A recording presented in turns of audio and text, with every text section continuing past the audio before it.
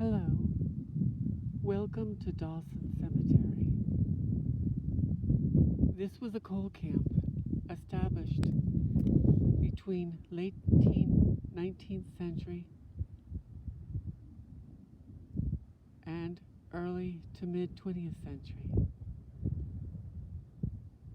They discovered coal here in the late part of the 19th century, and many immigrants who arrived in the United States in Ellis Island were transported by train with their families to the coal fields of northern New Mexico.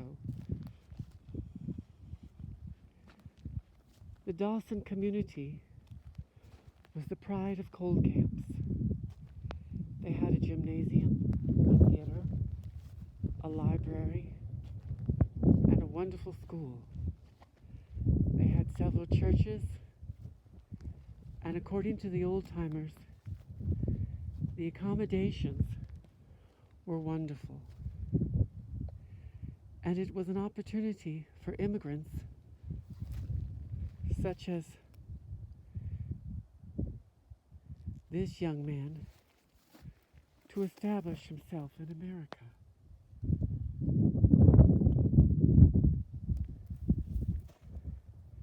But it was short-lived because there were several mining accidents that happened that caused the loss of hundreds and hundreds of lives within a single day. Now, when you come to Dawson Cemetery, you're struck by the remoteness of it. But this wasn't always remote. There was a train that went through this area, and that same train, you could either go to Chicago or California.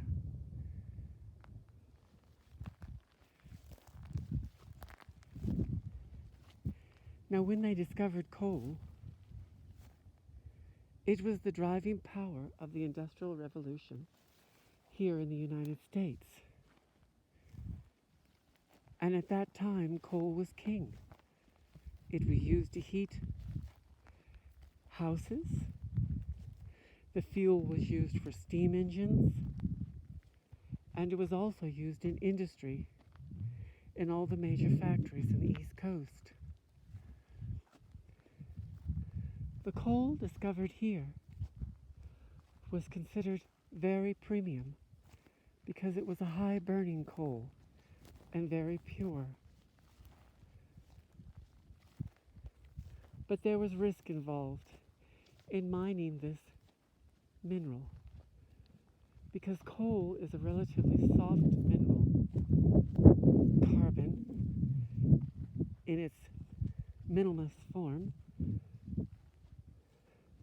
So there was always issues with cave-ins. Most of these miners that arrived in Ellis Island didn't speak any other language besides their native tongue. And their prospects for work or jobs was virtually nil. A lot of these immigrants came from very remote, isolated communities in their country, where even in their own language and their own system, they were completely illiterate. So for them to arrive in the United States and be hired to work for the coal company was a step up in the world.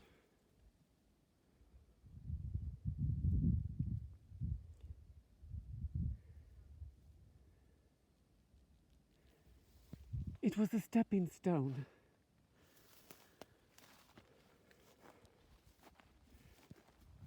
for immigrants to establish themselves in the new world. Now, immigrants came from Europe, Central and South America, Asia, the Middle East, and Russia. So as you're walking around Dawson Cemetery, one thing that you're very struck by is the cemetery markers in various native tongues.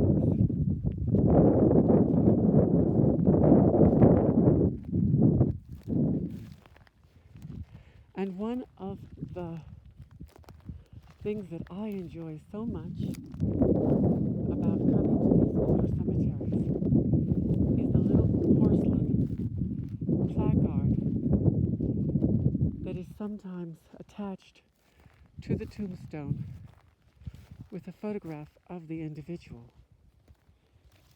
It helps me to connect to the people that are buried here.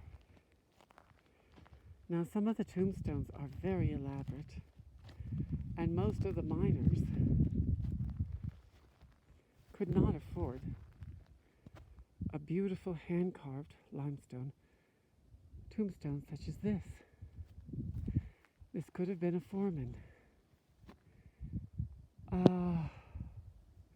What I can make out is here rest Goose Kopi. He died in the 6th of, I'm not sure the name of that month, Lugalio, 1907, and he's interred in the 66th of, that's a difficult one for me, but obviously it is very poignant and beautiful and a wonderfully crafted tombstone.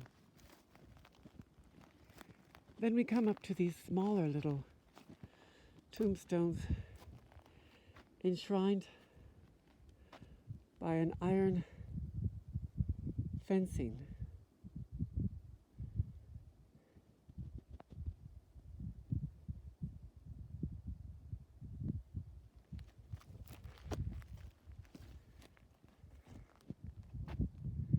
As you can see, the cemetery is completely surrounded by high fencing to keep predators out.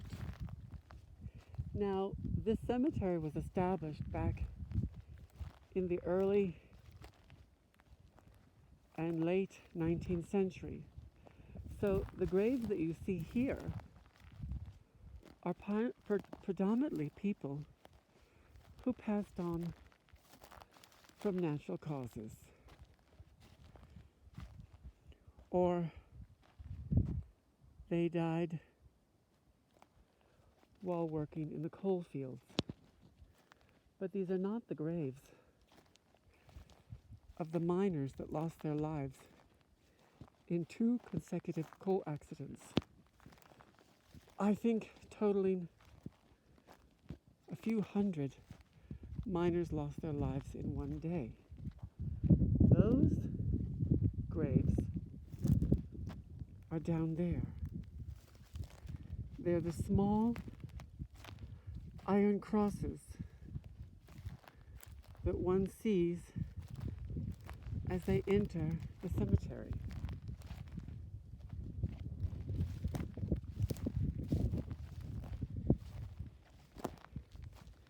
Now, being a sensitive, clairsentient, clairaudient, clairambient individual, usually I pick up subtle, paranormal anomalies in cemeteries such as this, where several miners or individuals lost their lives in a very brief span of time. And usually how I do this is just by walking around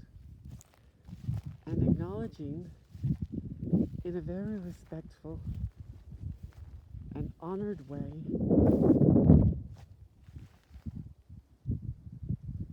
the lives that were lost. Now, there are incidences of grave robbery. So, this is probably what is happening here. But when they poured the cement to make this very simple tomb, they did put some metal grating to prevent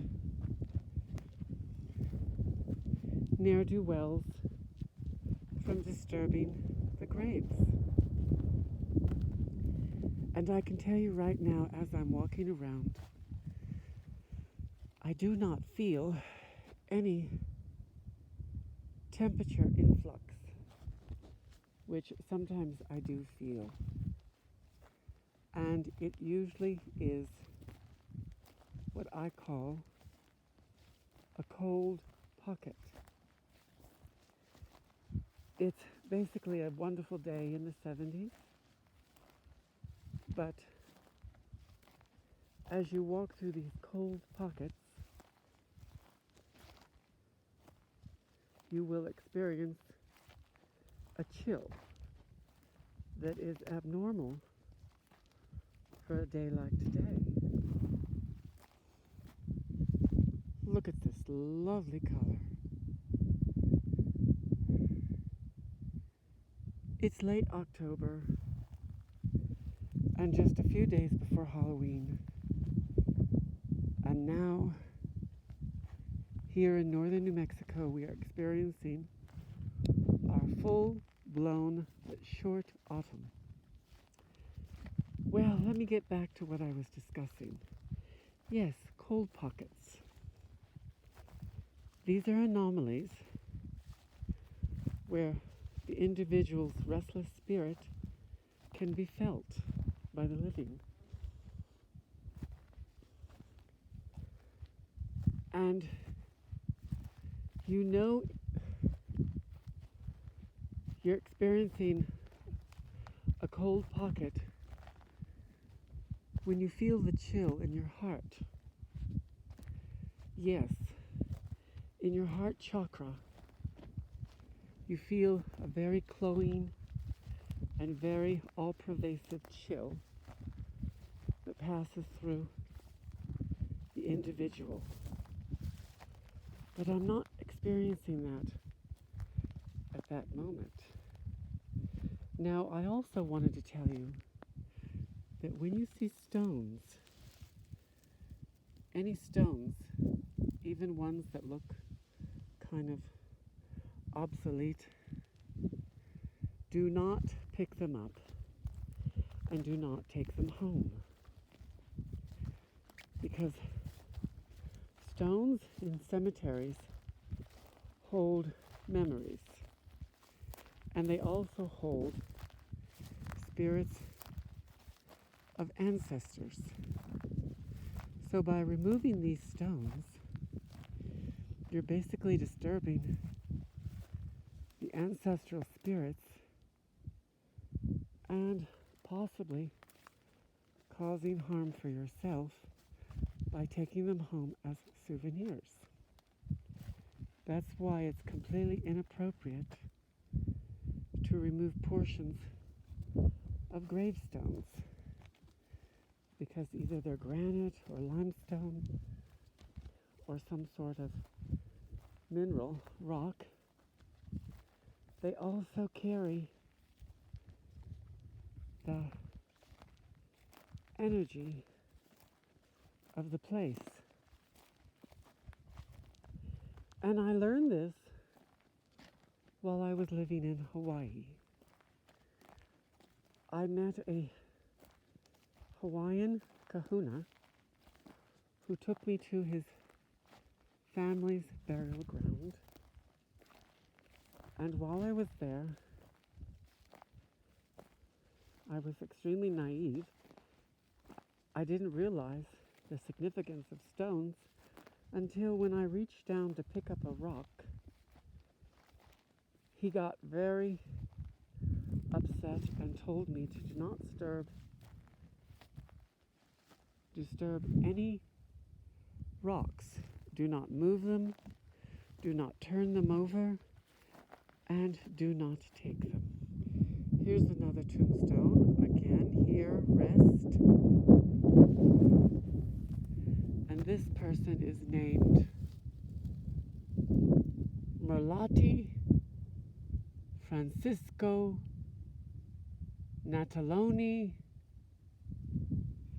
and he died in October 1970. And he is from an area near Milano called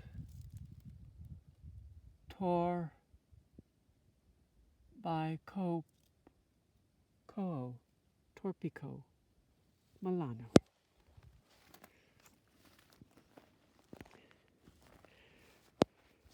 Yes, so as we are walking, we are seeing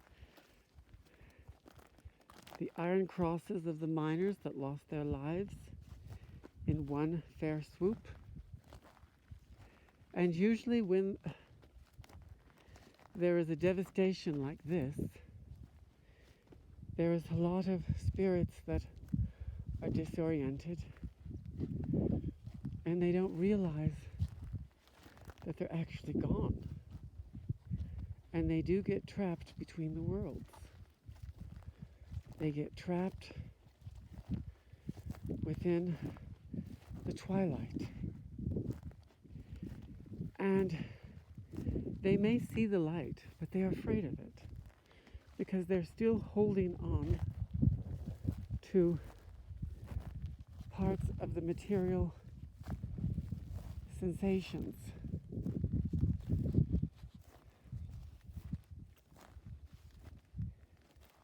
And they're probably trying to figure out what happened. This is natural, even years after the demise of an individual. But eventually the spirits do surrender to the light, and they do go on to their journeys.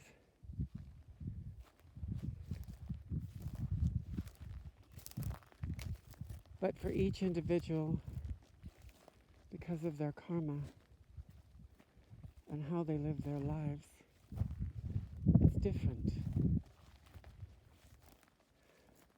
Sometimes it's better to go as a group of souls because basically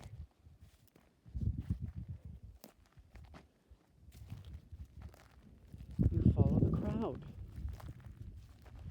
And if the majority of the individual souls are going towards the light, then you are the fortunate one that follows the lucky crowd that heads towards the light.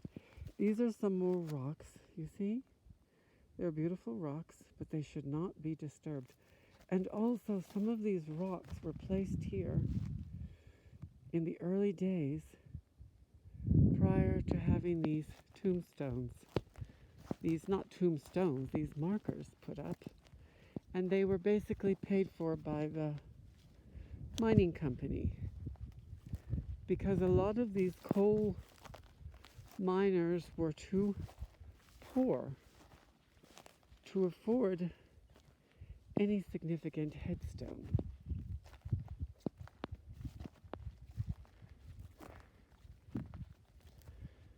And I also wanted to tell you, as I'm walking, there may be anomalies that are captured while I'm videotaping that I would not be able to witness while I'm walking. But as far as I know today, and right at this moment, I don't feel any such anomalies. So, let's take a break can walk down to this little cluster of tombstones here in the corner and see what this is. Because when you do see a real tombstone that's more complex, then you know that it's probably a better, well-off individual. Could be a foreman, or it could have been somebody of higher status that worked in the mines that was able to afford these beautiful tombstones carved out of granite. Now, one thing about this cemetery, the people here were extremely poor, and their ancestors, through generations, didn't fare too well. A lot of the miners' ancestors also remained poor, relatively.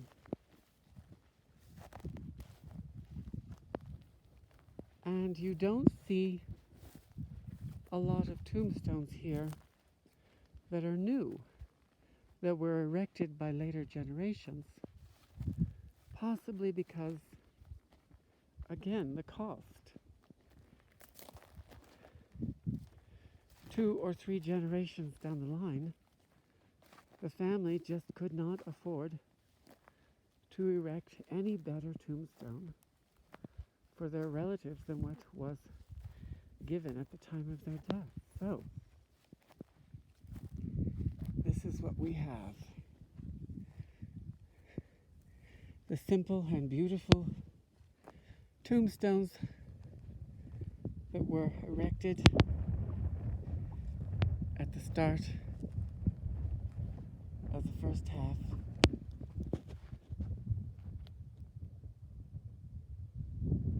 of the 20th century.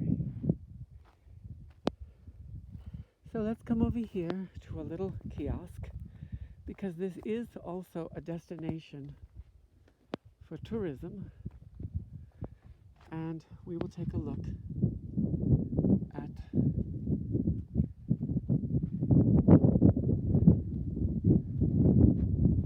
the information given. And these are the names of the individuals. And you can find your family member by looking at the number on the plot. And then you have a small metal placard. And they also have the image here of the Dawson High School.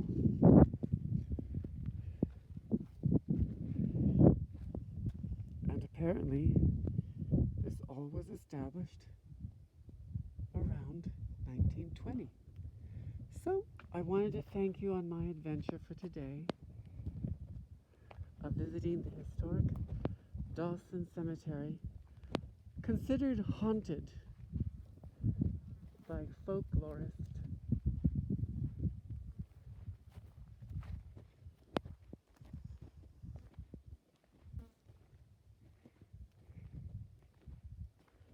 And, of course, you could say that about any cemetery. And while it may have been haunted, and while it may still be haunted, I myself have not experienced any paranormal sensations other than a whistling. Yes, I am hearing a high-pitched whistle as I move to the older part of the cemetery. It's a whining whistle. And I just experienced it just now, just when I said that I wasn't going to have any experiences. Of course, you cannot plan this at all, but I just heard it. It wasn't the wind, because the wind is not blowing that strong today. It was more like a high-pitched whistle from one of those little penny whistles that people would have and blow. Let's say the traffic control cop. So here we're coming to the larger unpopulated area of the dead, but yet older part of the cemetery. And we are going to walk over to what I see as a newly buried individuals, because yes, the families of the Dawson coal miners do have rights to still establish burial here for their family. So, thank you for listening, and this concludes my tour of Dawson. Let's take a look at the mesa and say goodbye. Goodbye.